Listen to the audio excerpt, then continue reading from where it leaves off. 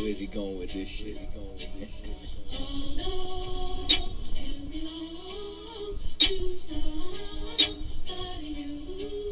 Just tonight, you belong to me.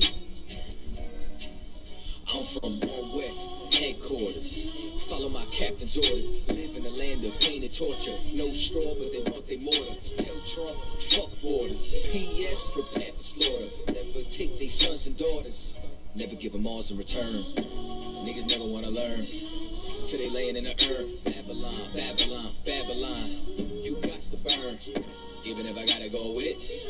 So fuck it, is you with it? Niggas never feel froggy, they just wanna rip it. If I see a bad bitch, then I gotta rip it. Your lip looking like the Red Sea when I split it. Tell me why that flow so vicious. Every time he switches, beat a nigga ass like mama did with switches. You niggas looking real, real gay. Where are the bitches? I mean, where are the sisters? Better stay away from witches. That's a brouhaha. Love me as she brew, yeah. White people, he brew now. If you didn't know, then you do now. You belong to me. Hey, alright. This nigga's bonkers. From the same city as the Knickerbockers. Name ring bells from here to Yonkers. Or Nicaragua. You niggas too thirsty, you need some agua. I ain't talking finna. When they kill my dog, I ain't hear shit from Peter. These niggas talk Kent, but they really mean FEMA. Kevin cut his eye, got more stripes than Adidas. If you ain't a bad bitch, then get the fuck off my penis. 1-2 step with a meat tree drip. Keep my circle tighter than my meat tree is. If I don't fuck with you, you a piece of shit. When I dip, you dip, we dip, we dip. That's the type of shit that I sing to my bitch. No 6ix9ine, we don't sing no snitch.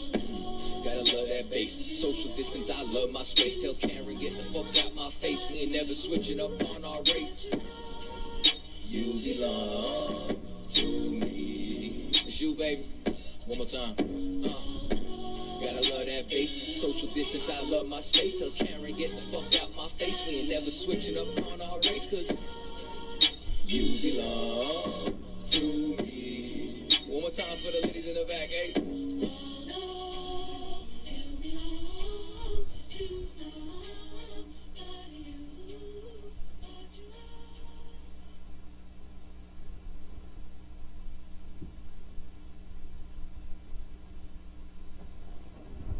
Shalom, Israel. We're at the I.S.U.P.K. Start out of 1 West 125th Street, Harlem, New York, under Commander General Yohanna. Since 1969, we've been teaching so-called blacks, Hispanics, and Native Americans the truth according to the Bible. All right, we're located here, 5261 Delmar Boulevard, Suite A. That's in St. Louis, Missouri, 63108. All right. We got 2 call-in numbers for the class tonight. The first call-in number is 712-832-8330, and the second number is 425-436-6260. All right, let's see here. This and every Sunday, we have Sharpen the Sword Radio, hosted by Captain Gagal Gabar. It's the most controversial radio show that ever hit St. Louis. That's every Sunday from 11 a.m. to 1 p.m. You feel like you got any questions or you got a new doctrine you want to bring out, call into the show and we'll be ready to discuss any question you have, and we can go over any new doctrine you might have found out. Maybe you found a scripture that we ain't read yet. All right, let's see. This coming Friday at what time? Yeah, from 1 p.m. to 3 p.m. right outside the school here, 5261 Delmar Boulevard. We will be having another food drive. And give Commander General Yohanna a hand. Because,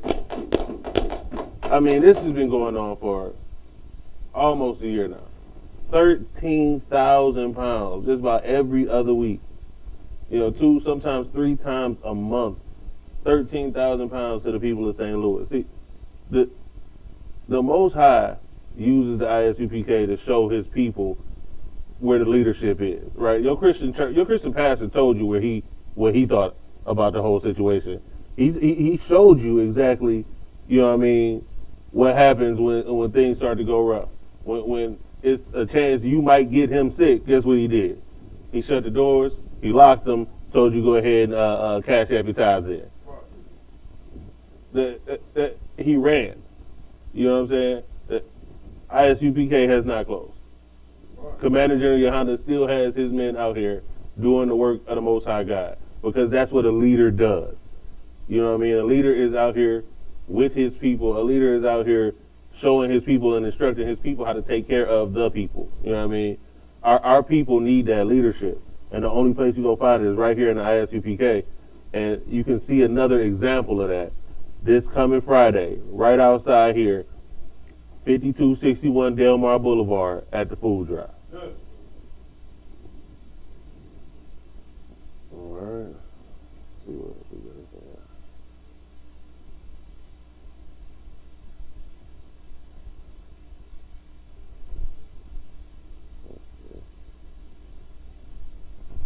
All right, make sure we got everything, everybody in here.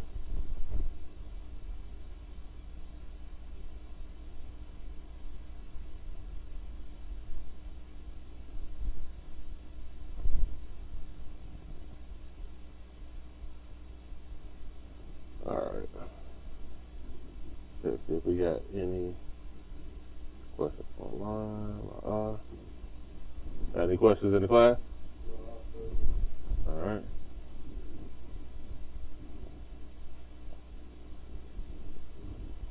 All right, well, let's hop into this topic then. Now,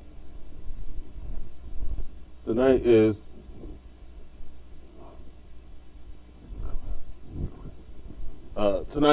the Brotherhood night. All right, we teach Brotherhood classes in I.S.U.P.K around the country on Tuesday night, and one of the aspects of Brotherhood, it starts early, right?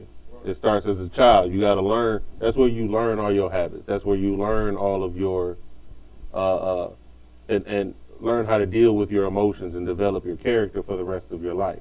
All right.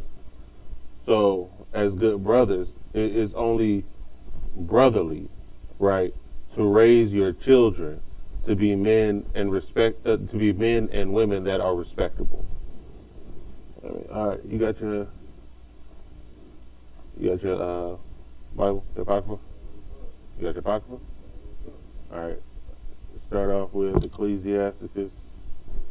We'll start off in the 11th chapter, the 28th verse. All right. Because, you know, we gotta shed ourselves of the world coming into the truth. Right. But we have an opportunity to do for our children what wasn't done for us. Right? That's right. We got a chance to raise our children, you know what I mean, in the truth. Like, I was talking with a brother the other day, and it made me think, and it brought up something.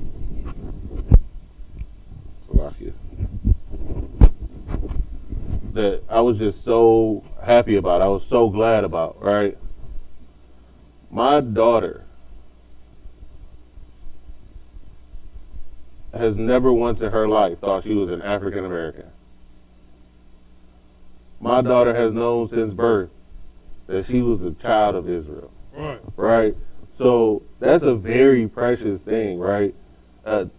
To be able to have kids that certain things you don't have to break from them. You know what I mean? You don't have to shed off of them, because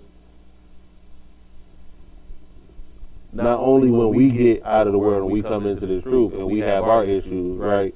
We bring our children in, they got issues they done already built up.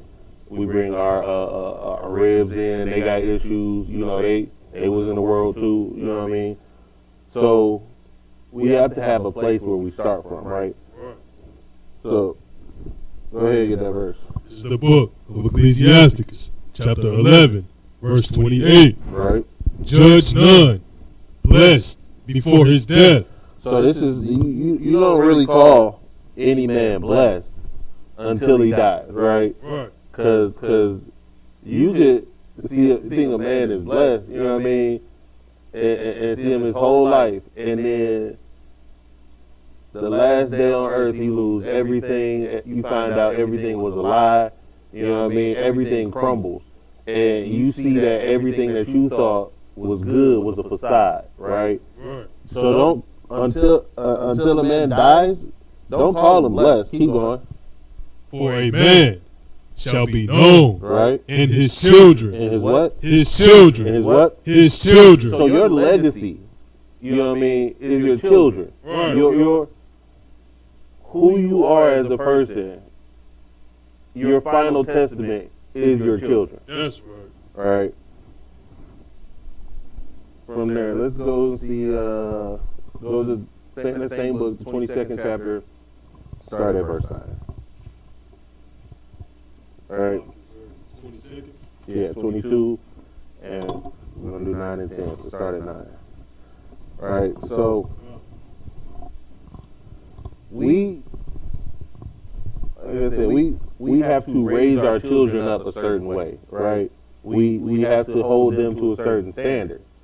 All right, go ahead. This is the book of Ecclesiasticus, chapter 22, and verse 9. Right. If children live honestly and have wherewithal. Right. So far, what does that mean?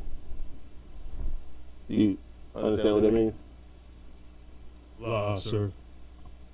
Well, basically, if children are honest and they have understanding, basically wherewithal with everything going on around them, you know what I mean? They have, as I was raised, it was called situational awareness. You know what I mean? If you're honest and you know what's going on around you, keep reading. They shall cover the baseness of their parents. Right. So if your kids live honestly, right, and they got good sense, right, that makes, so the baseness, it means lowness, right? So if your children grow up and they are good people and good examples, even if you weren't a good parent, it looks like you were. You see what I'm saying? Because, you know, the first thing people say when somebody, you know, start acting stupid or start acting crazy is, who raised you? Right? Because that means something, right? Now, and I've, you know, met women, you know what I mean, and men where you see them and you talk to them and you just like, somebody raised this person right. You know what I mean? This person got some sense about it. This person is just, somebody raised them right. You know what I mean? That is what this scripture is talking about. So even if you're base, you know, your children being honest and having some common sense, you know, it will cover your baseness, right? Keep reading the next verse. Verse 10. But children being haughty, right, through disdain and want of nurture, do stain the nobility of their kindred. Right. Now, being haughty is like being puffed up, being high-minded, being arrogant, right? And through disdain, like, you know, looking down at their nose at people, you know what I mean? And the want to nurture, like, that's the same thing as she do anything for likes, right? She just want, they just want that love and attention, right? They want people to be, they want to be seen. They want that nurture. They stain the nobility of their kindred. They put you put a bad name on your family, right? Like, I mean, think about it. First thing, you know, I've heard people say when they see, you know, women in the strip club, oh, they got daddy issues, or where her parents, you know what I mean? Where her parents, like what happened? You know what I mean? Like that. It's known in us that though if we do bad, it looks bad on our family, not just us, right? What we do as the children affects how our parents are looked at. All right. Go to the 32nd chapter and then 22nd verse.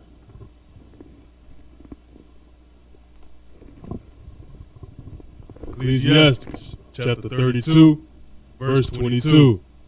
And beware of thine own children. All right. So now beware, right? Beware. It doesn't mean, you know, to be afraid of, or it means to watch out for, to look for, right? Right. If you see a sign on the yard that says beware of dogs, that doesn't necessarily mean to be afraid of the dog. No, it's saying we have a dog, it will bite. You should be on the lookout. Maybe you might not want to be in here if you don't want to see the dog. But what this is talking about, beware of thine own children, is you need to be paying attention to your children. You need to be vigilant over what your children are doing, what your children are watching, what your children are listening to, who your children hang out with, right? You're supposed to beware of thine own children, right? You're supposed to take interest in what they are taking interest in, right? If your kids like it, you better like it. You know what I mean? Or you don't let them watch it or be involved in it. And what I mean by you better like it is you better know just as much about it as your child does. Because why would you allow something to go into your child, you know what I mean, and they got to fight that demon? You know what I mean? Like, you just building up more for you to deal with, and maybe you may never deal with it. That's why you need to beware of your own children. I mean, you need to take interest in them and let it be known to your children that you're paying attention to what they're doing. You're watching them, right? Because then they'll understand, and children love that. You know, children love it when their parents take interest in what they take interest in. You know what I mean? It builds a closer relationship. And again, us coming into the truth, what we were taught in the world is all brokenness. Right. It's all separation. It's all division. So building this bond correctly is a huge step in not only brotherhood but nation building. This is how we build our nation together. It's built by family. All right. Go to Proverbs, the 29 and 15. All right. We have to make sure that we don't just teach our children and just stand over them and just watch them. We get involved in the teaching, right? So, for example, something that has gone by the wayside in recent years that, you know, really needs to get back happening is, you know, where our older women would teach younger women how to cook, right? That is a bonding experience, right? That is a time when you not only learn how to cook, but you have those conversations. We miss out on those conversations so much because we're so deep in the technology. We're so involved in, you know, what's on our computers or whatever. We need to reinvest in each other, right? And we need to, like I said, you know, watch out for them. That's also where, you know, the mother starts to learn and starts to know the little things about her daughter. This is how you keep up with that, right? You got that verse? The book of Proverbs, chapter 29 and verse 15. The rod and reproof give wisdom. The rod and reproof give wisdom. Sometimes you got to break out that belt. You know what I mean? Sometimes you just have to correct them. But that is the only place they get their wisdom from. Keep reading. But a child left to himself bringeth his mother to shame. Now, when you leave them alone to do whatever they want to do, and you don't give them correction, you don't give them consequences and punishments for their actions, it brings your parents to shame. Like we read in the verse previously, where it says that, you know, it puts a stain on the nobility of your family, right? You know, when like I said before, when you start acting out, oh, your mama ain't raised you right. You know what I mean? Oh, you must not have had a daddy in your life, huh? Like that is a characteristic of adults who act foolishly, is that their parents or the parenting that they received was not even sufficient. In most cases, it was just non-existent, right? A lot of times, our people, and it's most of it is the fault of our enemy and our oppressor for putting us in the position we in. Mama got to work 2-3 jobs. The TV is the one who got to raise you, right? So that's how this happens. That's how we get in this situation, because we were left to ourselves as children. All right, give me Ecclesiasticus, the 33rd chapter and the 27th verse. We were left alone to do whatever we felt like doing, and what we felt like doing was disgusting, and it was evil. When you were a child, because as a child, you don't know any better. See, we have to be taught the ways the Most High wants us to be. We have to learn that, because it's not natural. It's not in our nature, right? Because the Most High, the system that the Bible has laid out for us, the laws, statutes, and commandments the Most High has given us is civility. Salakia. It is civility. It is civilization. It is what being civilized is, right? Outside of this book is savagery in its purest form. So being born in this world, you're surrounded by nothing but savagery. To be refined as a child it's impossible without instruction. Right? So when you leave a child to do whatever the child wants to do, they will be savage, because that is not only their own nature, but the nature of the world that they're growing up in. Right? You got that 33 and 27? Khan. So we can't leave our children just being idle. Go ahead. This is the book of Ecclesiasticus, chapter 33 and verse 27. Send him to labor, right, that he be not idle. Keep going. For idleness teacheth much evil. So when you leave your child idle, when you leave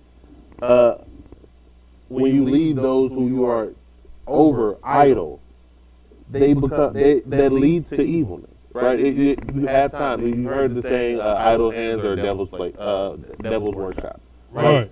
You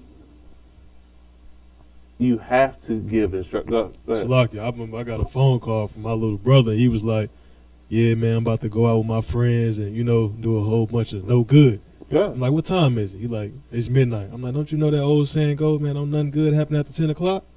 Like, you need to take your behind in the house, man. I'm bored, man. I'm this, I'm that. So it goes to what you was saying, officer. Like, he's idle. He has nothing to do, so he's going to partake in evil. Right. Lucky. You did. You're right. And that's a perfect example of exactly what this is talking about. You know what I mean? There's work that we need to do, because us as a nation of people, right? We love work, right? Like, don't get me wrong. We hate working and slaving for our oppressor, right? But we love work. That's what we do, right? We get out there and we work. And what did a lot of our people do when they started getting them extra unemployment checks? Oh, I'm about to start me a business, get me a couple stocks. We love to work, right? So when you have no work to do, all that our minds and our carnality tends to do is go towards evil, go towards wickedness, right?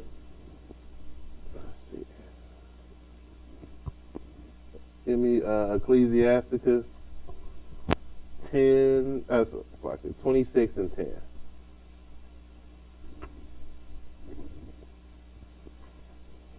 Right. This is the book of Ecclesiasticus, chapter 26 and verse 10. Right. If thy daughter be shameless. So if your daughter is shameless, that means if she has No shame. It means if she just does whatever she feels like doing, no matter how dirty or disgusting it is, keep going. Keep her in straightly. Keep her in the house, right? Right. Now, how would you know that your daughter is shameless if you spend no time with her? If you do not know her, right? If you have not, like it said, have not taken that verse to heart and beware of your own children. Take interest in what they're doing and not leave them idle, right? This is how you first would know if she was shameless and how you prevent her from being shameless. Because if you knew her, if you took interest, and if you did not leave her idle, she would not be shamed. You would have taught her that shame. You would have taught her that self-respect, that dignity. That's right. Right? Keep reading. Lest she abuse herself through overmuch liberty. So when she's too free, when she has too much time on her hands, she will abuse herself. Right? She will cause harm to herself, and not just, and that's not just a physical thing, right? What a lot of our people are dealing with that we never confront is the mental trauma. Right, and Salaki, if I could, my sister literally just told me the other day, the day we had the radio show Sunday, I took her to the YMCA. She's like, I've been kind of depressed, they don't have school, so she can't get out the house and go to school, so she just quarantined all day. My mom at work, I work, so nobody's there with her, so she's idle, she's bored, she's depressed. Yeah. And as a lot of our people issues is our people are depressed, and I'm gonna be honest, it's rightfully so. The reason you're depressed is because you wake up every day in hell and you don't realize it's hell, but you know something is wrong. And no matter what you do, you keep trying, and you tried every single thing that the other people have told you to do to bring you peace from this hell, but you will not find it there. The only place you will find it is in this truth. It's in the words that are found in this book, and you can only learn how to read this correctly from the I.S.U.P.K under Commander General Yohanna. The only place that is teaching this correctly, because we've been taught this wrong, right? We've been taught that our children should have as much liberty as they want to. They should be able to do whatever they want to do, choose how they want to be, and just freedom. Like, that's not how things work. That's not how life works, and that's not how our nation will build. That does not work for us. Even if that were to work for other people, it's irrelevant, because for the nation of Israel, it will never work. Right? Let's see. Let's go to Ecclesiasticus chapter 7 and verse 23. Now, Ecclesiasticus, especially with parenting, is an amazing book to go to, right? It is a book written from a father to a son, giving him advice on how to carry on as not just a man, but as a father himself one day, right? So there's a lot of scripture in here teaching how we do this, right? How we move from being a parent in the world and being a parent under the rules and under the structure that the Most High has set up for us. You got that verse? Go ahead. This is the book of Ecclesiasticus, chapter 7, verse 23. Right. Hast thou children? Uh-huh. Instruct them. Right. And bow down their neck from their youth. Now, if you have children, instruct them. And not only instruct them, but chastise them from their youth, right? Right. We see a lot. It's a lot of men that come in here, and you can tell that this never really happened for them, right? They were never instructed, and they were never chastised. How can you tell? They get checked one good time, and they out the door. One good time, and they gone. Why? Because they can't take correction, because they've never gotten it before. They've never received true correction outside of these walls, outside of this school. Why? Because usually when you're corrected in the world, there's some other motive behind it. There's something else behind it.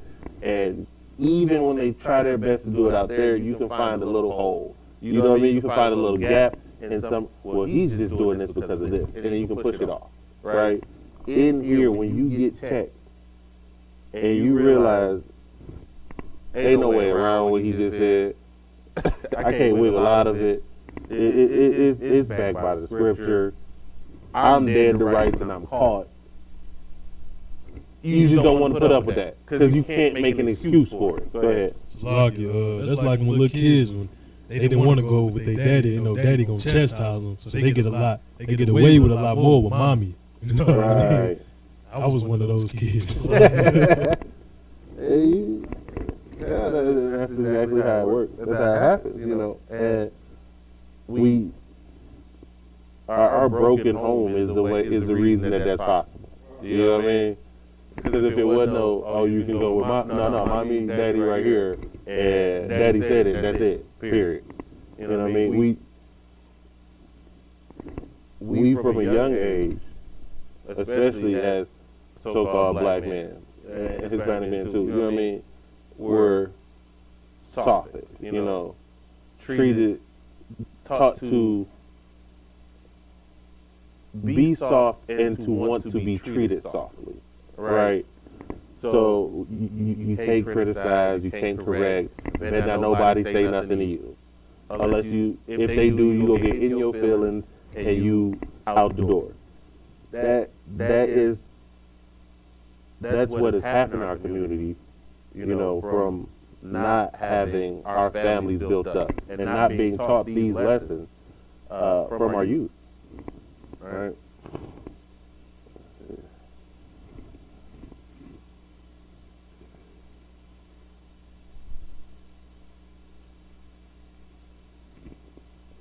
All right, let's see. Go to Proverbs, the 20th chapter and the 11th verse.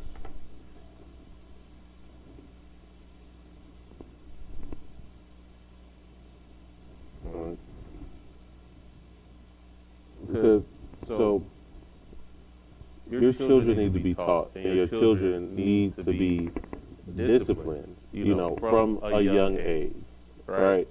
And your children need to be taught how to carry themselves, right? How to do what is required and what is expected of them, right? Go ahead and read that verse. This is the book of Proverbs, chapter 20, verse 11. Even a child is known by his doings. So, as a child, you know, you can start to build up a reputation, right? Your actions start to speak for you and start to speak for who you are, right? Keep reading. Whether his work be pure, right? And whether it be right.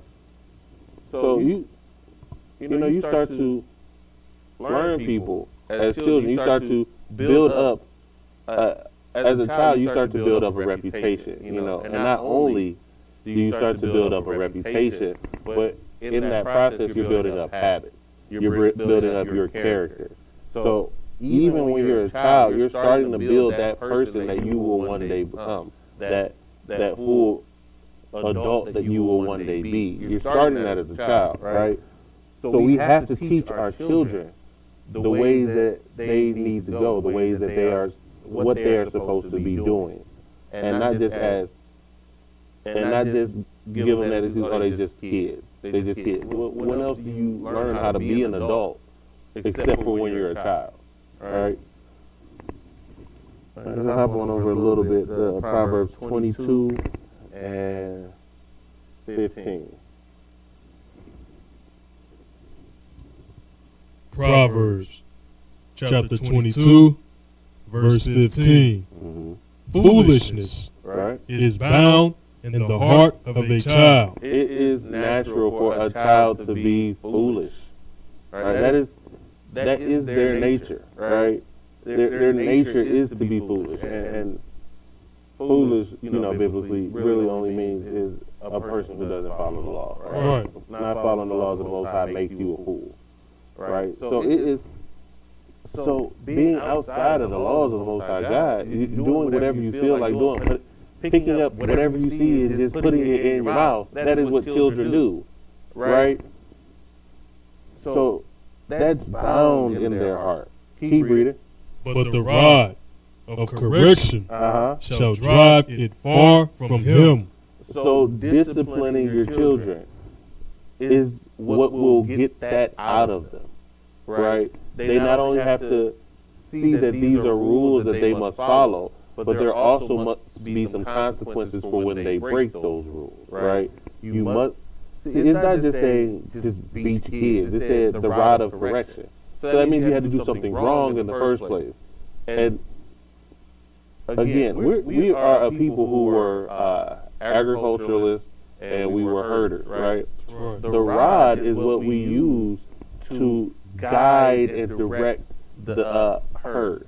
We guide and direct the sheep using the rod. Now, sometimes the rod did hurt because that is what was required. Sometimes it was gentle because that is what was required. But whatever that rod needed to be to correct that sheep that was going off, that is what we used it for, right? And that is how we used it. So sometimes that rod of correction is going to be tough, right? Sometimes it's just going to be, oh, you messed up. I need you to fix this, and I don't want to see you do it again. That's it. Sometimes you gonna have to break out that belt. You gonna have to break out that paddle. You know what I mean? You got to break out. You don't have to whoop your child. You might have to do whatever it is that you need to do to correct your child. Again, that is nowhere near the level of abuse, right? This isn't something that's just going to be that you just do because you enjoy doing it. There's a reason you have to do it. So the Proverbs 19 and 18. This is the book of Proverbs, chapter 19, verse 18. Chasten thy son while there is hope. Because it gets to a point where that don't work anymore, right? It gets to a point where that kind of lesson isn't going to stick, right? Your child is growing up too much. They're too set in their ways, and if they're going to be wicked, they just going to take the punishment for being wicked, and they going to stay that way, right? So you have to do this while they're young. And that's why it says from when they're young, in an early age. This is why you do this when they're small. Why it prevents problems from occurring when they grow up, when they get older, when it becomes too late, when he's running the streets with his friends and shooting at his brothers. You know what I mean? Right. Selling drugs to his sisters. You know what I mean? You got to do it first before it gets to that point. All right. Let's see.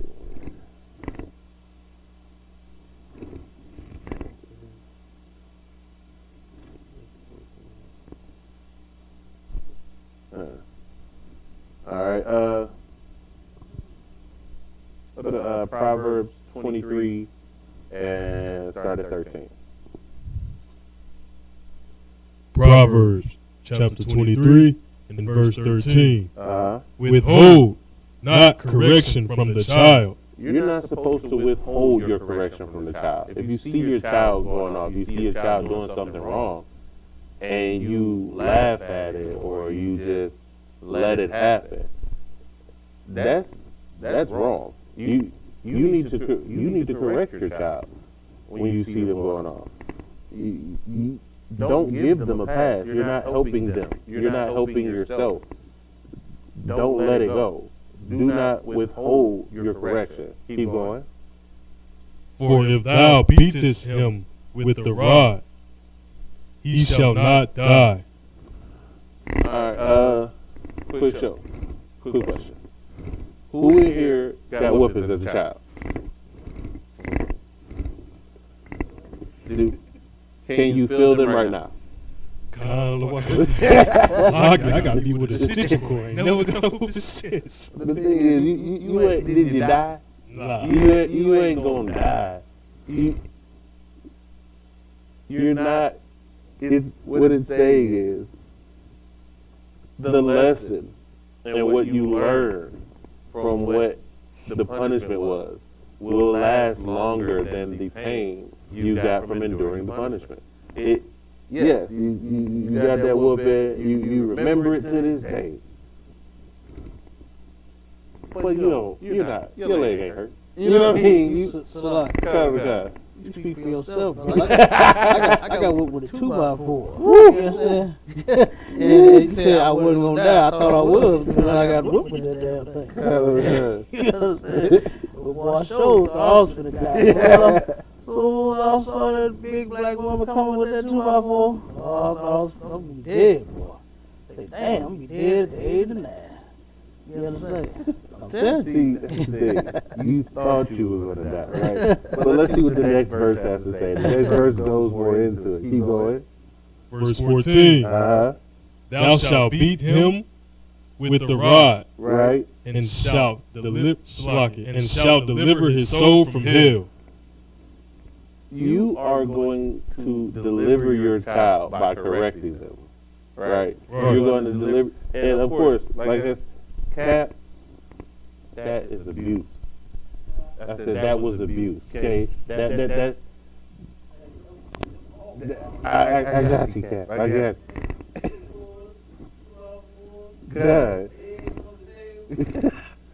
God. Right. But see, that's abuse. This is simply correction. Right? This is talking about correcting your child, and it will deliver their soul from hell. Right? What does that mean? You will, mind you, of course, this is all speaking about a person who is righteous doing this. A person who is righteous with instructing this child, right? You will deliver their soul from hell because, first off, you're giving them the consequences, and second, they will think again before they go outside of what you're telling them. They will think again before they break your rules. Now, if your rules are keeping them in line with the Most High, if your rules are keeping them right with Yahweh, right, you will deliver them from hell because you're teaching them how to be the man or the woman that the Most High has created them and wants them to be. All right.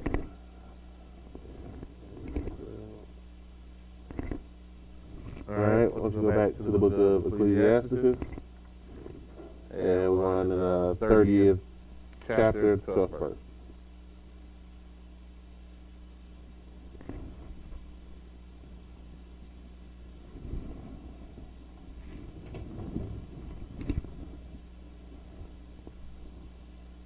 Ecclesiasticus, chapter 30, verse 12. Bow down his neck while he is young, and beat him on the sides. All right, this ain't saying, go Wow. cut up his legs and, do all the type of craziness to him. This is just right there on the sides, right? Keep reading. While he is a child. You do this when they are children, not as a teenager, not a young man, not about to be grown and out of the house. As a child. Keep reading. Lest he wax stubborn and be disobedient unto thee, right? And so bring sorrow to thine heart. All right, so this is showing you that this has to be done, right, with your children when they're young, right? First, the thing is, you can't just beat a kid for anything, right? You have to chastise and correct your children for something that they know they've done wrong, right? I'll give you the example as the Most High, right? Where there is no law, there is no sin. Why? Because the Most High didn't say you couldn't do it, so you're not in sin, you're not breaking a law for not doing it, right? If you have not laid out your expectations to your children, right, you can't be upset that they're doing things that you don't want them to do. You haven't told them what you wanted them to do yet. right? And you have to be consistent, right? You have to repeat yourself. Because if you look in this Bible, front to back, it says, keep the commandments, children of Israel, my people, I'm sending salvation is going to Israel. It says that in here a million times, but we never get it. To this day, we still have to teach our people. No, this is what it says. It says here. You have to repeat, just like with your child, right? Just because you told your child one time to follow this order or to do this thing does not mean that they're going to do it every single time. That you have to repeat it. You have to go back over and go back over and go back over, right? The Bible is showing us that we need to repeat, and we need to not only repeat but be consistent with our children, right? And that starts with the men, right? Because when you correct and you fix a nation, or you correct or you fix anything, you start at the head, right? Because once the head fell, that's when everything else fell. So you have to rebuild back up from where we were broken down at, right? Let's start at Ecclesiastes, the 11th chapter and the 29th verse. All right, because there was a time, right, where our men in our communities ran our households, right? The black family was the strongest thing in this country, right? But then there was something that happened. Go ahead and read that verse. Ecclesiastes chapter 11 and verse 29. Bring not every man into thine house, Keep reading. for the deceitful man hath many trains.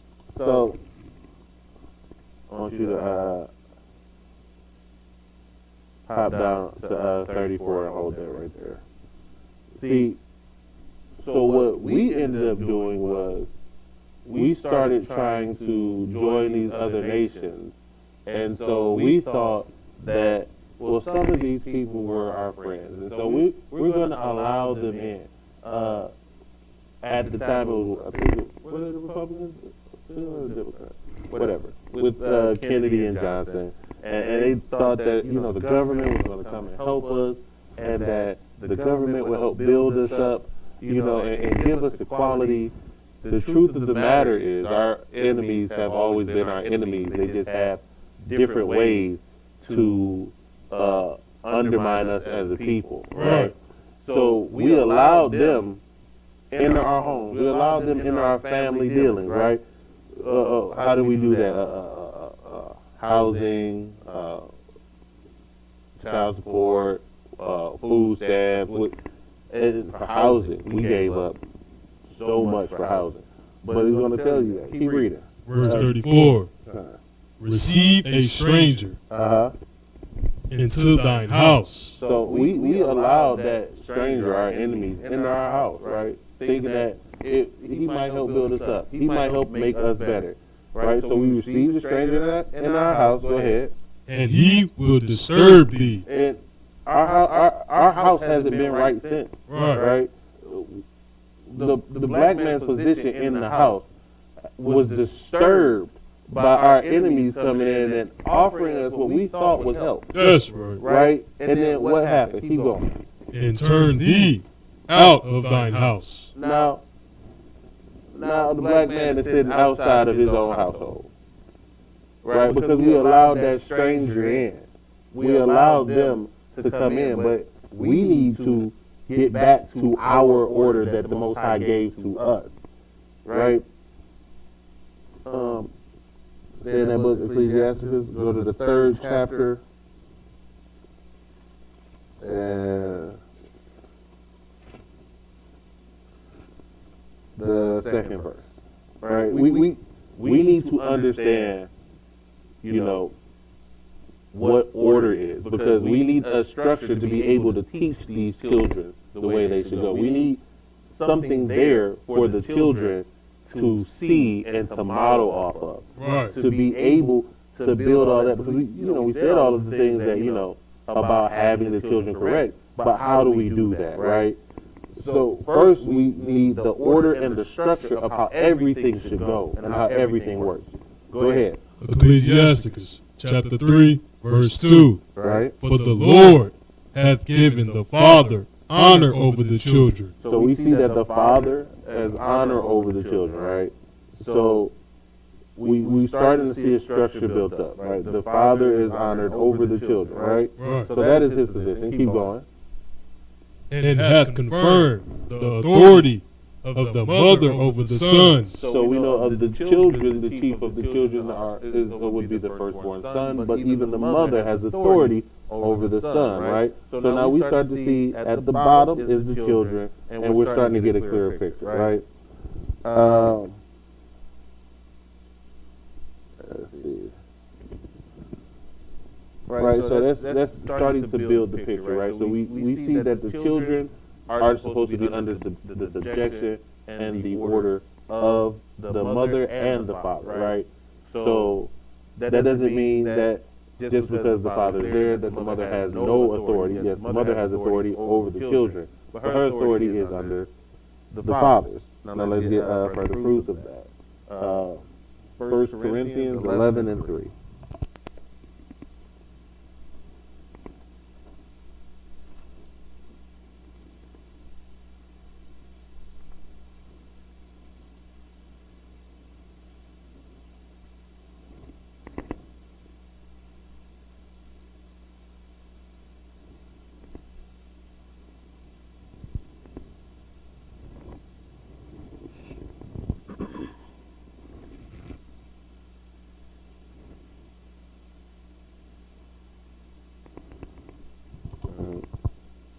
First Corinthians chapter 11 and verse 3. Right. But I would have you know that the head of every man is Christ. So we see here that Yahushua is the head of every man, right?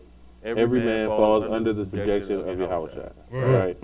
What does that mean? If Yahushua says it, then I have to do it. That's right. Now, I cannot question Yahushua, right? Right. I cannot change what he said because I feel like it should be a certain way. I have to do what Yahushua said. Yes, Period. That is it. That's all. That's order, right? Keep reading. And the head of the woman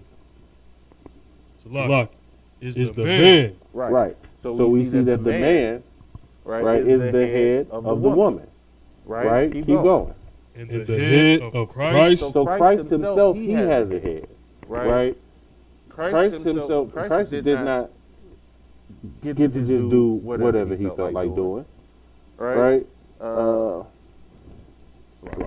Okay. You know the verse? Words of my fathers. Say it again. About his words not being his own. Christ. Kind of time.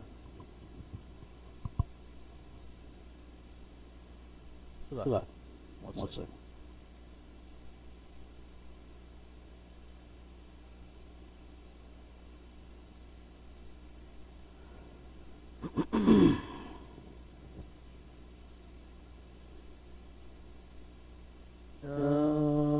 John 14 and 10. I believe that's one more. Hold that John 14 and 10 real quick. I want you to hear from Yahushua's own words, right? Like, you don't just get to create your own doctrine. You don't get to just create your own order or your own rules. Yahushua didn't even do that. All right, go ahead. This is John chapter 14 and verse 10. But believest thou not that I am in the Father, Right? and the Father in me? The The words that I speak unto you, I speak not of myself, Right? but the Father that dwelleth in me. He doeth the works. So we see here that Yahushua himself, or who the world calls Jesus Christ, He didn't speak his own words. Right. He didn't follow his own orders or his own instructions. Right? He followed the instructions of the Most High. Right? You were in first grade? Right. So, yeah, grab that. What do you want? You swap the scripture? Okay.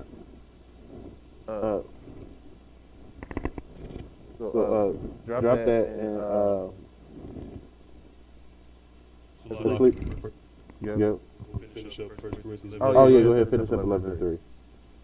First Corinthians chapter 11 verse 3. But I would have you know that the head of every man is Christ. So Christ is over man. Go ahead. And the head of the woman is the man. So the man is over the woman. Go ahead. And the head of Christ is God. And the Most High is over Christ. Right. So we see that there is order and there is structure that the Most High has set up, and an order and a structure that we need to follow.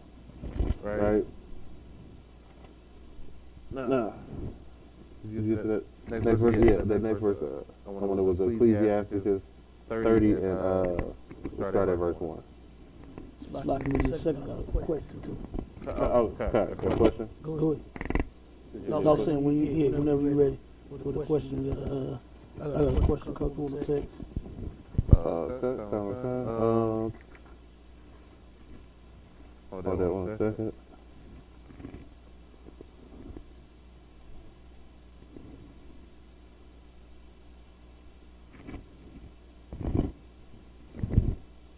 Okay, we do the question.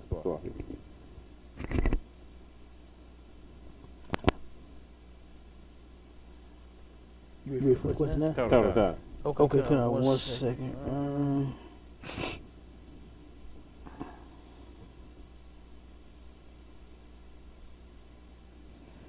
Okay, we gotta. Sister, real quick, hold on. Check the question. If you find that part. Okay, the question is.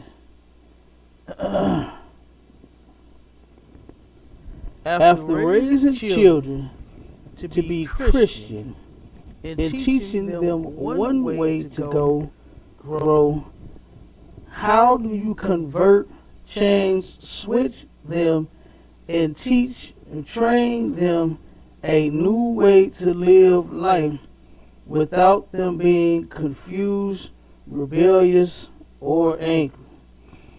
Okay, the first thing that you have to do is realize that, you made a mistake. Okay? That you taught them something wrong. Right? It's like with anything. When you doing anything, like say for instance, you go and you got a recipe to a meal or a cake or something, you messed up. You know what I'm saying? You go back and you fix it. You understand? Damn, the cake didn't turn out right. It was lean, wasn't enough sugar, I ain't put enough eggs in. Whatever mistake you realize you made, and then you go back and you try it again. You know what I'm saying? And then you perfect it, right? And you make it right the next time. It's a saying in the hood. I remember coming. I don't know if they do it so more. Nowadays you're a young man, Eric. You ever heard anybody say you got to make your wrong right? You heard somebody say that nowadays? Oh, okay, so they're still doing that. You know what I'm saying? And usually they say that when they've wronged someone in some way, shape, form, or fashion, and then they go back to that person and they correct it and fix it. You know what I'm saying? And you have to do that same thing with your children. You don't focus so much on them being confused, rebellious, or angry. If you are learning the truth and we're clearing up your confusion, your anger, your bitterness, your whatever way you may be feeling inside, you understand? Then guess what? The same thing that worked for you will work for your children. You understand? Because guess what? Man, it took me a long time to come in the truth, and I hated it. When I came in here, I wished I was in here when I was born. You understand? This is the greatest thing in the world, but I wasn't.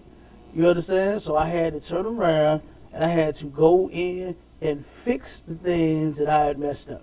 Right? Whatever was see, that's the thing about being in the truth versus being in any religion, the Christian church, being up under anybody else under Commanding General Yohanna. I feel sorry for you. Right. You understand? Because what I was taught when I came in here was you gonna take responsibility for the things that you did, whether it was your children. You understand? From now on, you gonna teach them what's right. Whether it was your exes, all the women that you was dogging out or smashing and passing or hitting and quitting, whatever it is. Now you gonna treat your sister right. You gonna if smash, you gonna keep it if you smash. Ain't no pass, nothing. You understand?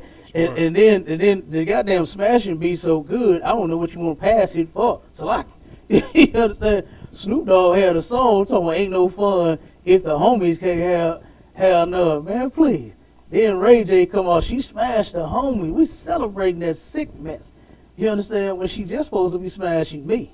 Right. You understand? And guess what? I learned I had to fix that. So now, moving forward, if I smash, I ain't passing the goddamn thing. You understand? If you turn around and ever celebrated Christmas, then guess what? Now you no longer celebrate Christmas. And you just have to tell them kids of yours, guess this Christmas, don't expect no gifts. Right. You understand? Go ahead. You got it. Salaki, if I could, to answer that question, the simple answer is give them the truth. We've been taught lies since birth. If you're not in this truth, so give them the truth. Come to class and learn. Salaki. Yeah, that's right. You know what I'm saying? And that is absolutely correct. You want to raise your children in the truth. You understand? Because guess what? The kids, they'll turn out so much better than the kids in the world. You know what I mean? And matter of fact, give me Psalms. It's a couple of scriptures on that. Give me Psalms 144 and 11. And you just have to get in there and do that thing. You know what I'm saying? That's necessary to help fix your children. Okay, now you just whatever it was that you taught them when they was in the world. You know, to celebrate birthday, Christmas, holiday. You know, Negroes celebrate all the holidays. Right. You understand? Every last one of them. We got to have an Easter egg hunt for Easter and paint the eggs and hide them. And you got grown folks still doing that mess. You understand? Hiding eggs, putting money in them, and hiding them, and then you find it and you get a $20 bill. Like, that's silly, man. Grow your old ass up. You know what I mean? You got grown folks that get sadder and madder because they don't get a goddamn gift for Christmas. You know what I mean? Your woman put you out because you didn't give her a card and some chocolate for Valentine's Day. Good Lord. I want brother stimulus checks gonna be spent on Valentine's Day. You know what I'm saying? And they ain't gonna have no money again. I got a cousin that call me every holiday say, man, I'm getting sick of this mess, man. I'm broke again. Like, why do you keep doing it? Man, this gal, man, that woman, trying to please that woman. Instead of doing the right thing for her, which is tell baby, we ain't finna go broke again. You know what I'm saying? We not gonna do it. But when it comes to your kids, you know, you just have to teach them what's right. You know, if you are learning the truth up under Commander General Yohanna here in the I.S.U.P.K, and it is helping you change your life, think about what it'll do for your kids. Right. And now, like I said, just don't worry about, you know, them listening, paying attention, and doing it immediately.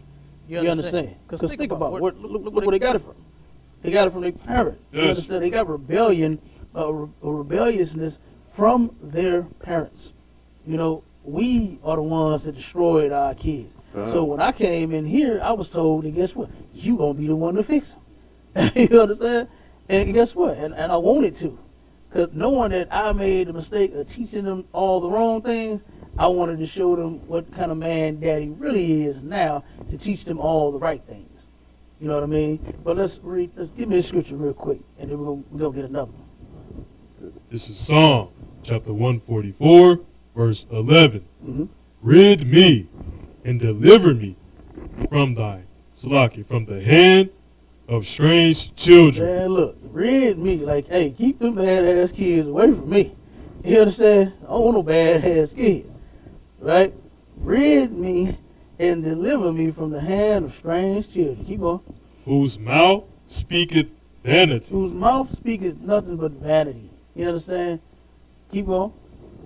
In their right hand is a right Slocky. In their right hand is a right hand of falsehood. Their right hand is a right hand of falsehood, meaning everything that they are doing is wrong. You understand? And guess what? Who taught them that falsehood? We did. You understand? My grandmother made sure that we was in church every Sunday. And you know what the motivation was to go to church for the kids? Was after church you get cupcakes. They had a lady that used to sell cupcakes in the church. Right? So you get the cupcakes and you were going to McDonald's. So my kid didn't want to go to McDonald's now. And they was actually putting real toys in the goddamn thing back then. You get the Happy Meal, the damn toy was about as big as the box. You know what I'm saying? You would get a whole Lego set or whatever kind of toy up in that thing back in the day. So guess what? We was like, oh man, we was dressed and ready before they were. You understand? So they taught us the falsehood, how to do it wrong. You understand? Read verse 13. 12. Verse 12. That our sons may be as plants grown up in their youth. Okay, so that our sons may be as plants grown up in their youth. Right? Everybody like to see flowers when they do what? When they blossom. You know what I'm saying? When you I'm pretty sure everybody had that little project when they was in school, right? What class was that out when you planted the damn flowers and doing the? Well, it was a shop or something. I don't remember which one it was, but it was when we was doing all kinds of stuff, cooking and flowers and gardening and homemade. Yeah, there you go. All of that. You understand? Show you how long it was since I've been in school. I done forgot all of that. This young man on the podium about what, 19, 20? We turned around and man, we was planting when that little seed started sprouting. That little thing was ugly. You know what I'm saying? That little green, worm-looking thing sticking up at the bottom didn't look too attractive. But as soon as that thing grew all the way up and that flower, boom, you know what I'm saying? Like, oh man, this is nice. Mama, she liked it then once the flower came all the way up. Okay, when it blossomed. Okay, keep going. That our daughters may be as cornerstones, polished after their Slovakia. Polished after the similitude of a palace. Man, our daughters would be beautiful. You understand? Like a palace, right? Just think of, some type of big building that everybody like to see. Like, oh, that's a pretty building. Damn, that's a nice building. That's what that's comparing our daughters to where our daughters will be beautiful. Not only on the outside, because they pretty. We got some pretty little black, Hispanic, Native Indian girls walking around here, right? Our daughters are beautiful, but you understand that's on the outside. But what is it on the inside? Like you said, your sister depressed. I know some other little kids that's doing some things that they should not be doing. That have gone through some things that should have never happened to them. And they ain't so polished on the inside. You understand? They're not feeling, like a little girl. You know what I'm saying? Matter of fact, I got an article I'm gonna pull to where I believe it was Isupk. I believe this incident happened in Mexico, to where a little sister got molested, and she was like 7 or 8, and she urged the doctors, please do not try to save me, let me die. A little girl, man. You know what I'm saying? Got hurt so bad to where she told them, let me die, and she did. She died. They tried their best to save her. That little girl, she wanted to leave. But what happened to her? For being attacked. You understand? For her being molested, man. She said, that's terrible. A 7-year-old girl. Me, I'm not worried about my children's anger and my children's rebellion and them being confused. That's why I jumped in here to learn the truth, so I can clear up the confusion. Yes, you understand? So I can put a halt to that anger that you're going to have because you don't get no Christmas gifts no more. You understand? Because you don't celebrate your birthday no more. We're going to put a stop to that anger. My biggest concern is things that happen like to that little sister, 7 years old, they got molested. You understand? This truth needs to be taught so that our children can be safe. Right. You understand? So that they won't get molested. So that they won't go out here and sell drugs and commit crimes and go to prison. You know what I'm saying? And have a record. So that they won't turn around and be homosexuals and lesbians.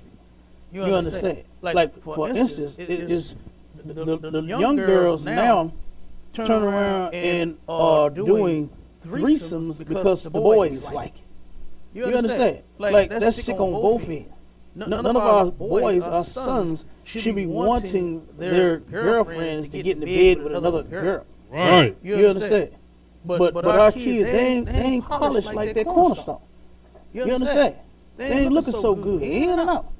You understand? From the things they going through, look at what they doing. You know, then you got most women, little girls, have had a damn lesbian affair before they even had sex with a man.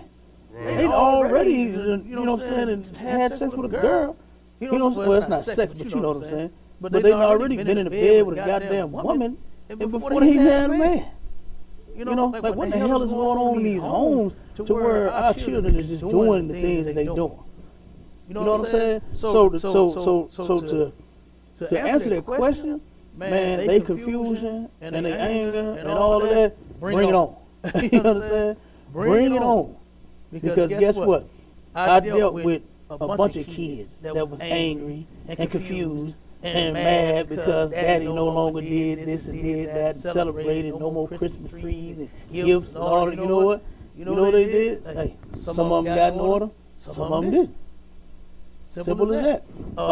One sister that had got into school, she was taking the classes and was getting counsel and stuff like that, and her granddaughter was 9. She ended up leaving the school. Right? Her granddaughter is like 9.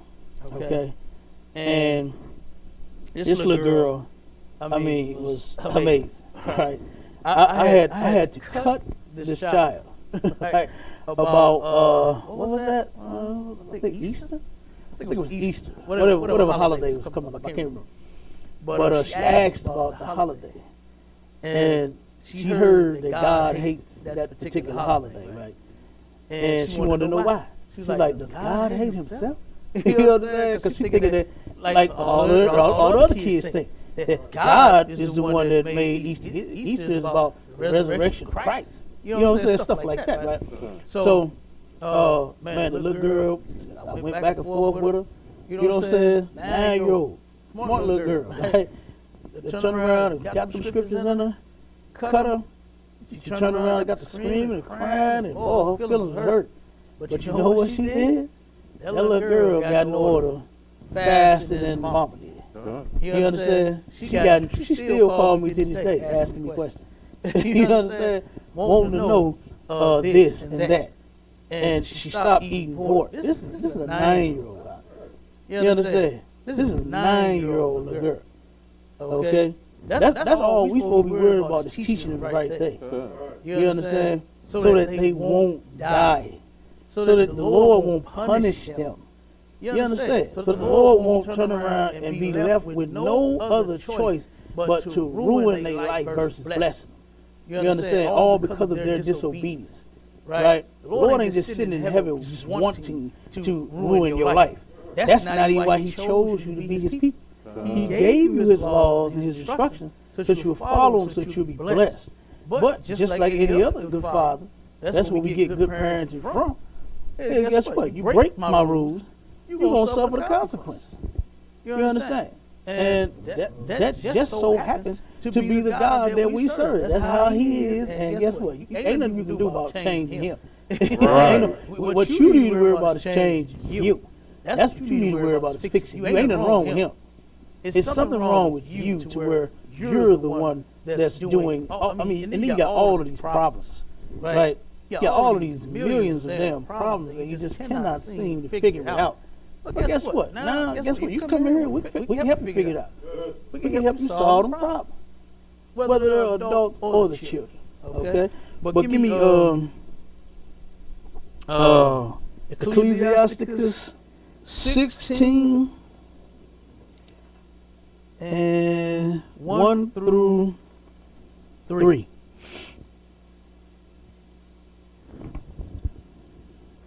and then we gonna I'm gonna let you get back to the topic, brother. Could you just bring it up? This is the book of Ecclesiasticus, chapter 16, verse 1. Desire not a multitude of unprofitable children. Desire not a multitude of unprofitable children. All right, keep on. Neither delight in ungodly sons. Okay, if your kids is ungodly, meaning they breaking the laws, they criminals, right? They selling drugs. Don't. That's my baby. That's my son. Guess what? He ain't gonna give you no reason to turn around and be happy and excited about it. You be bailing them out of jail all the time. Right. You understand? Don't turn around and have no ungodly daughter. What you gonna do? What mama gonna do when she turn 14? Kick out the house. You understand? Because she's so ungodly. Look at how she's acting. Right? She got to go now. You and the daughter. What they say when she starts smelling herself. Right? When she starts smelling herself, she thinks she grown. She damn near stands up to the mama. And I'm talking about in the world. You know what I'm saying? In the world, she can stand up to the mama, ready to go toe to toe with her. Right. You know what I mean? But the Lord is saying, don't desire a multitude of unprofitable children. When you're a sinner, sin profits you nothing. The scripture says that the wages of sin is death. Right. You understand? That's unprofitable. Okay, that is a waste of a whole life to turn around and, grow up a damn sinner. The Bible says that we are the seed of sinners. You understand? Yeah, a lot of us came in that way. Mama was out hoeing around, daddy was out hoeing around. You know what I mean? And what they call it, a love child, something like that. That's disgusting. You know what I mean? You marry. You know what I'm saying? I'm talking the woman. The woman married out a man, but then found another man willing to, smash and pass you back to your husband. Like, that's crazy. That's it. Go ahead, Will. Entanglements is what entanglement. Okay. Entanglement. Oh my God, that was disgusting. Please don't even remind me of that. Because every time I think about that, I think about how disgusting. My man, what's his name? The singer, August Alsina. That is one disgusting dude, man. First of all, you this woman's son's friend. Like, he was a minor, wasn't he? Wasn't he a minor when she was sleeping with him? I don't think so. We had to check on that to see look that up for me. He was young. To see was he a child molester? How old he was when that happened? I remember watching one of them shows that she did, the first one, when she brought him onto his show, talking about how much of like a little brother he was. You have sex with your brother, you know what I'm saying? You don't have an entanglement with your brother. Somebody that you look at like a brother, y'all don't cross the line. So that's like a brother to me. You know what I'm saying? It's like a sister to me. He wasn't. That's how they do it nowadays. Is that how you do it nowadays? Oh, it's the modern version of saying that's your uncle. I know that part, but I'm saying, I'm talking about a relationship where a person claims, this is like my brother. This is like my sister. You know what I'm saying? So I get what you're saying. I know what you're talking about. I'm saying I get what you're saying. I got it. But, I'm talking about back in the day where people actually looked at that and said, no, this is like my sister. You know what I'm saying? I had a brother and sister like relationship, with a girl in the world, and we ain't crossed that line. Right. You know what I'm saying? Because we was really like brother and sister. Like, that's how we was acting. Like we grew up together from the same mom and dad. But, like you said, now, hell, they do whoever the hell they feel like. Now, they don't give a damn who you is. You understand? But don't desire a multitude, a bunch of unprofitable damn children, man. You understand? And don't delight in ungodly sons. Because they're going to bring you the headache. You understand? As soon as you turn around, while you're smiling and happy that you got that little badass son of yours robbing everybody in the neighborhood, one day he's going to turn around and bring you some sadness. I'll give you an example of that. A good friend of the family, man. I tried to talk to this young man he was getting involved with the wrong guys in the neighborhood. You know, he was young. You know, when he got started, everybody, you know, the older cats took advantage of him, you know, because that's how they would do it. They would take the young cat, put the young one out there, and he'll sell the dope. He'll go knock somebody upside the head. He'll do whatever they tell him. You understand? He started doing it. And so I told him, I said, look, man, you need to get away from them guys. You understand? Let them do what they do, and you get on away from them, and you need to get in trouble. You understand? This is where you need to be at. Right? So he didn't do it, man. He continued on, you know, going in and out of jail. He ended up getting on drugs, just all kinds of things that happened. Just, you know, what they call a snowball effect. Just one bad thing after another, right? Until one day some guys came to the house looking for him. They wanted him dead bad. They came to his house, you know, and the mother had to fight them off. You understand? Here go a bunch of guys standing in front of this woman. Standing in front of armed criminals. Like, where is your son? Because we just couldn't kill him.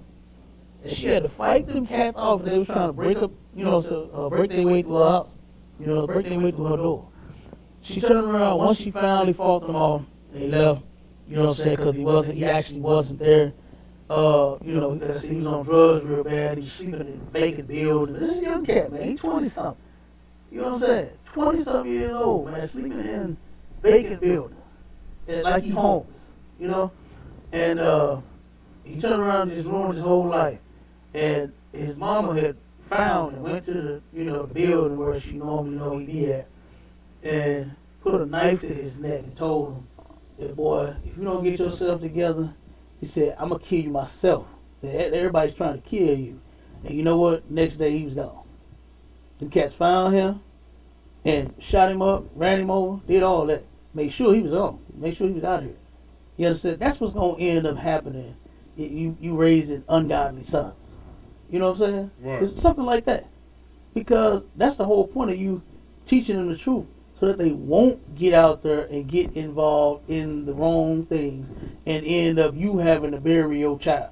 I used to hear it all the time when I was younger. I want my kids to bury me, not me bury my kids. You know what I'm saying? So that's the first step right there. Keep going. Though they multiply, rejoice not in them. Man, don't what do they say? Baby's kids, we don't die, we multiply. You know what I'm saying? Don't turn around and rejoice in them. Don't be happy and be glad to see all them badass kids of yours. Right. You understand? All them old sinners that you're raising, don't rejoice in. Don't be happy about them. Keep going. Except the fear of the Lord be with them. Now, you want to rejoice in them kids? Then make sure that the fear of the Lord is in them. Make sure that they are scared to break God's laws. That's what it means, the fear of the Lord, or having the fear of the Lord in you, is that you fear disobeying your God. You understand? Keep going. Trust not thou in their life. You can't trust in their life. That sister, I'm sure when she had her son, she was, he's gonna grow up and he's gonna be whatever, and he's gonna turn around and make me proud, and he's gonna live a long time. I don't believe the young man lived past 25. I can't remember his age, but I don't believe he lived past 25. And that's a shame. The woman she's only in her 50s. You know what I'm saying? She's only in her 50s, and he's gone already. Her only son is gone. You know? Keep going. Neither respect their multitude. Look, don't trust in their life just because it's a bunch of them. You know what I'm saying? And don't respect, you know what I'm saying? Wait, hold on. Don't trust in their life because you never know. Mm-hmm. You understand? They turn around and they dying young all the time. Right. You know what I mean? All the articles that I got was nothing but youngsters. Okay? That 16 and 17, 18, almost two. Oh, wait a minute, hold on. Let me get the number right. Almost 160, I believe it was, maybe 70. I got to check the count. But almost, just say damn near 200 children got murdered last year. You understand? Here in St. Louis. Children under the age of 18, all ages. all ages. That's terrible. You know? So you can't trust in their life and don't respect the fact that it's a bunch of them. Alright, keep going. For one that is just is better than 1,000. So if you have just one child, right? That one child that's keeping the law and is doing everything that's required of him by the Lord, then guess what? He's better than 1,000. That one is better than 1,000. All them thousands, like I said, it's gonna be end up dead, in the grave, you know what I'm saying? End up in jail, drop out of school, get on drugs. Them thousands is gonna be something that nobody's gonna. They're gonna like, damn, look at them, man. Damn, all of them messed up. You ever seen a family like that? To where everybody in the house was messed up? I have. I seen whole blocks of them like that. To where everybody in the family was messed up. Keep going. And better is it to die without children than to have them that are ungodly. So you get that point. You understand? It's better not to even have no kids than to turn around and have them and they not serving the Lord. They're ungodly. You understand? They're sinners. You know. So if you have children, of course it was in the world, and of course you're in the truth now. You just have to build up the strength to start correcting your mistakes that you made with your kids. Right. And guess what? You do that by coming in here.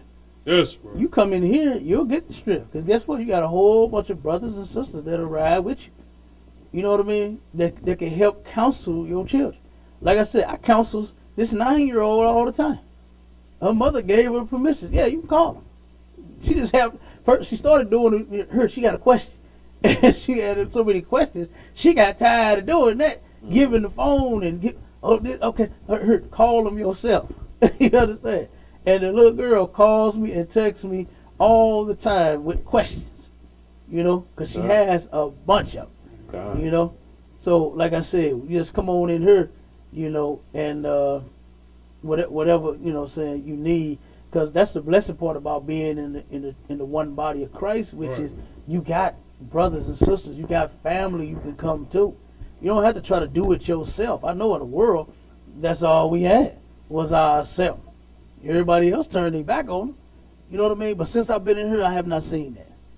Since I've been in the truth, I have not seen no one turn their back on me yet. But in the world, everybody did. Everybody claimed to love me from here to the moon. You know what I'm saying? They watched me grow up, help raise me. They all turned their back on me and told me, man, something wrong with you. You crazy. You in a cult. That's what they said. Mm-hmm. That's what they told me. So guess what? But my new family, man, ain't turned on me and ain't did me wrong yet. Right. You know what I'm saying? So you could be that same way. You come right on in here. Guess what? You got a new family, and guess what? We all about helping each other up in here. So if you got a problem or need some assistance with your kids or teaching them and all of that, you know, bring them to class. Let them start watching videos.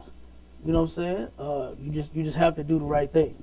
You know, you have to do the right thing because the Lord. Matter of fact, give me 2 more scriptures out, and then we're gonna jump up. And then I ran up your time on Salak. You know what I'm saying? Give me Exodus. I want. Ecclesiastes chapter 16. Huh? So where we at? Give me Exodus.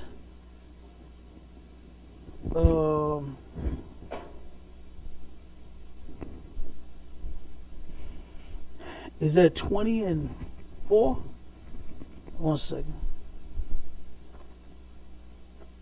Let me make sure that's the one I want. Exodus 20 and 4.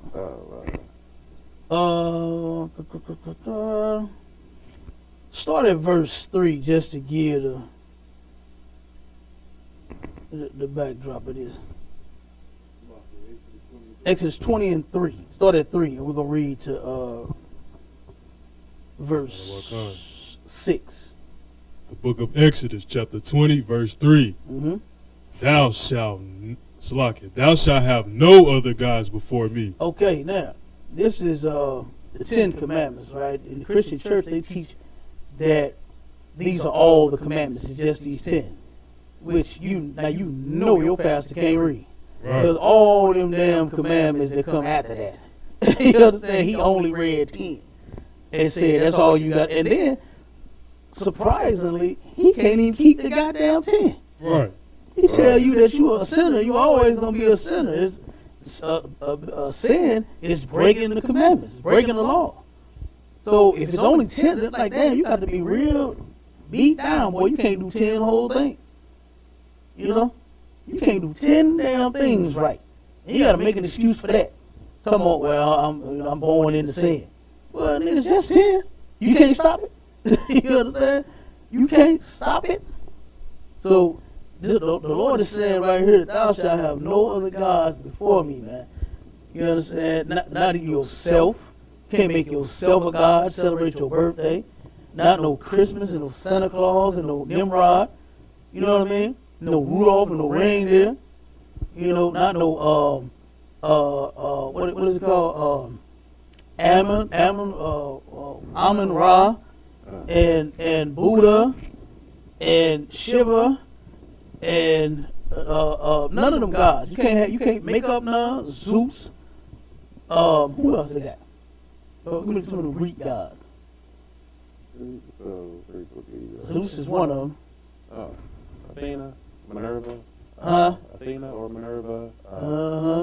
Neptune or all that. You can't have no other god. I don't give a damn what it is. yeah. You can't have no other gods. Keep going. Thou shalt not make unto thee any graven image. Now, Christians and fake Israelites claim that this is saying that you can't have any pictures. You know what I'm saying? That's not true. What it's saying is that you can't have any graven image. A graven image is an image that you worship. Right. Okay? That's the thing. That's the difference in having a damn Polaroid camera and a picture to slide out of it, or having a camera phone, you know what I mean? And taking a selfie. That ain't that. This is an image that you worship. All right, keep going. Or any likeness of anything that is in the heaven above. So you can't worship nothing that's in heaven. Stars. You know people do it, right? They worship the stars. They worship the moon, the half moon, the crescent moon. You understand? They worship what's in the sky. All right, keep going. Or that is in the earth beneath. Mm-hmm. Keep going. Or that is in the water under the earth. Now they turn around and take the damn fish, and they worship them too. They got the fish that's on the cars, the bumper sticker. What did it say? I forgot what it say, but it's supposed to be something about Jesus, something like that. Huh. Using the damn fish. You worshiping the fish now. You know what I mean? And you can't do that. Keep going. Verse 5. Thou shalt not bow down thyself to them, Mm-hmm. nor serve them. None of them images, none of those things that you make up, you know what I'm saying? You cannot turn around and bow down and serve them. Keep going. For I, the Lord thy God, am a jealous God. Okay, you can't go to church, okay? Right. The Lord gets jealous when you go to church because you're serving another God. I mean, think of it like, your son so excited and loved the mailman so much. You're like, the mailman is such a great man. Is he your dad? You know what I'm saying? You gonna get jealous about hearing the goddamn mailman. So you want your children, you gonna do right by them, so they talk all about you and say how wonderful of a father you was to them, not the mailman. You understand? So that's the way the Lord is. He like, look, I'm a jealous God. You just can't have another God. Simple as that. You can't do it. You gonna make the one and only God that exists angry. Right. You understand? The one that you made up, the one that don't exist, ain't gonna be a hip. Okay? But the one that you actually have, that you turn your back on for some damn Kemet or some, you know what I mean? Some nonsense that you ain't even, that don't nobody, they don't even deal with that junk. You don't even see the commissions all off into that junk like you see black people. You know what I mean? You don't see no other nation of people off into their religion the way that you is. Right. You know what I mean? So keep on. Visiting the iniquity of the fathers upon the children unto the third and fourth generation of them that hate me. Okay, now you gonna turn around and visit the children, right? The Lord, basically, what He's saying is He'll destroy your whole family. Right. You know, if you are sinning again, that's what iniquity is, sin. He's gonna visit the iniquity. You ever heard fruit don't fall far from the tree? That's right. You know what they say? She get it from her mama. You know, you ever heard somebody say you just like your daddy? You just like your mom? You know, what did Prince say in that song? Maybe I'm just like my mama. Maybe I'm just like my father. You are. You're going to be just like, they're going to teach you to be just like them. You know, that's what they're going to do. And the Lord is going to visit the iniquity of the fathers upon the children to the third and the fourth generation of them that hate Him. All right?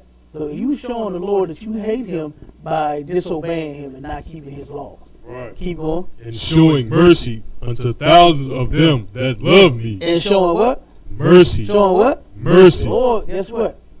Sister asked about what to do about teaching the kids once you taught them wrong. Teach them right. Right. Okay?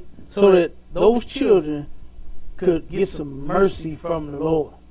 So that the Lord won't have to put them to death and punish them for their sins. Okay? So read it again. And showing mercy unto thousands of them that love me. And keep my commandments. Okay, and there it is right there. That's why that's one thing that motivated me. You know what I'm saying? When I came into the truth was to teach them right. And what I was being told was absolutely correct because it was in the scripture. You know, you claim to love your children so much, right? Don't we claim to love our children so damn much? Then guess what? If you do, you'll teach them the right thing. All right? You'll bring them to class so that they can hear this. You know, if you don't actually have the strength to teach them, to tell them, you got classes. You can come here. They can call in. We got a number they can listen to. I know they got computers and laptops and, you know what I'm saying, all types of things, tablets at least, phone at least. They can tune in from their phone. You can set it up on the phone. They got a notification to where when class starts, they get a bing on their phone and they'll know to be in class. There's all types of things that we can do now, especially with, you know what I'm saying, the technology. You know, because the kids know it frontwards and backwards. You know, so it ain't nothing that we can't tell them, hey, do this, do that with a computer, and they know get right to it. You know, so but I'm gonna go ahead and pass it back to you, brother. Water for your time too. All right, bro. And yeah, see, we went a little bit over the time for class tonight. So with that, shalom, Israel. Shalom.